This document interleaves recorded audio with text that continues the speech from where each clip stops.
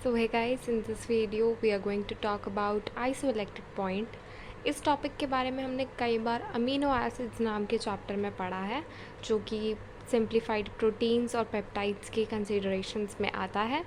Isoelectric point जो होता है उसको हम कुछ इस तरीके से डिफाइन करते हैं: a pH at which Zwitter ionic concentration of an amino acid is maximum।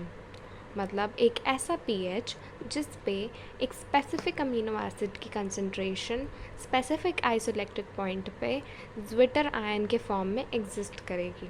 Zwitter ion का मतलब होता है हमें एज सच हमें जो जनरल स्ट्रक्चर है अमीनो एसिड का वो कुछ इस तरीके से होता है, एंड ज्विटर आयनिक फॉर्म जो होती है वो इस तरीके से होती है कि जो NH2 फॉर्म होता है वो पॉजिटिव NH3 पॉजिटिव में कन्वर्ट हो जाता है, एंड COH फॉर्म जो होता है वो CO नेगेटिव में कन्वर्ट हो जाता है। सो इट मीन्स ये पूरा का पूरा जो अमीनो एसिडिक कंपाउंड होता है it is basically now neutral. ठीक है, तो आइसोइलेक्ट्रिक पॉइंट पे it is in a neutral state, यानी कि ना वो नेगेटिव होता है ना वो पॉजिटिव होता है। एक्चुअली हम इसको ज़ीरो चार्ज नहीं बोलेंगे, इसका इलेक्ट्रोस्टैटिक जो स्टेट होता है वो होता है न्यूट्रल।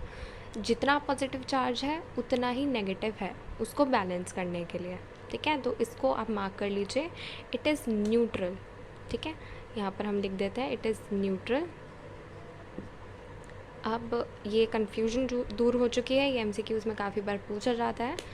अब अगर मैं इस ज्विटर आयन को किसी pH वेरिएशन में इंट्रोड्यूस करवा दूँ तो क्या होगा। pH वेरिएशन का मतलब है अभी ये फ़िलहाल एक न्यूट्रल स्टेट पे है, अगर मैं उसको बेसिक मीडियम में करवा दूँ तो क्या होगा, एसिडिक मीडियम में करवा दूँ इंट्रोड्यूस तो क्या होगा। बेसिक मीडियम में क्या होगा, बेसिक मीडियम में ऑब्वियसली हाइड्रोक्साइड आयंस प्रेजेंट होंगे सोल्यूशन में। हाइड्रोक्साइड आयंस क्या करेंगे, इस ज्विटर आयन से H+ प्रोटॉन को एक्सट्रैक्ट करने की कोशिश करेंगे। अब यहाँ पर H+ प्रोटॉन एक्स्ट्रा किसके पास है, इसके पास एक्स्ट्रा है। NH3 पॉजिटिव से वो H+ प्रोटॉन को एक्सट्रैक्ट कर लेंगे, जिसकी वजह से जो हमारे पास रिजल्टेंट कंपाउंड बचेगा वो कुछ इस तरीके का बचेगा, यानी कि NH2 बचेगा, एंड बेसिकली और जो दूसरा कंपाउंड का कोई भी हिस्सा जो है वो भी अफेक्टेड नहीं होगा। इस तरीके से ये न्यूट्रल हो चुका है। अब रिजल्टेंट चार्ज जो है कंपाउंड पे वो बचा है नेगेटिव चार्ज। नेगेटिव चार्ज की वजह से it acts as a base, मतलब अब तो ये प्रोटॉन डोनेट कर ही नहीं सकता क्योंकि NH2 एक स्टेबल फॉर्म में आ चुका है। कोई भी चीज़ यहाँ पर प्रोटॉन डोनेशन के लिए रेडी नहीं है, इसलिए बेसिक मीडियम में आके ये compound act as a base. वैसे ही सिमिलरली एसिडिक मीडियम में क्या होगा, एसिडिक मीडियम में H+ प्रोटॉन्स हैं। H+ प्रोटॉन्स को एक नेगेटिव एस्पेक्ट या फिर एक negative element of the compound जो है वो उसको एक्सट्रैक्ट कर लेगा। H+ प्रोटॉन्स जो होंगे वो प्रेजेंट होंगे सोल्यूशन में, उसको ये जो है ये एक्सट्रैक्ट कर लेगा, जिसकी वजह से वो रिजल्टेंट ये कंपाउंड बनाएगा, यानी कि CO नेगेटिव COH में चेंज हो जाएगा।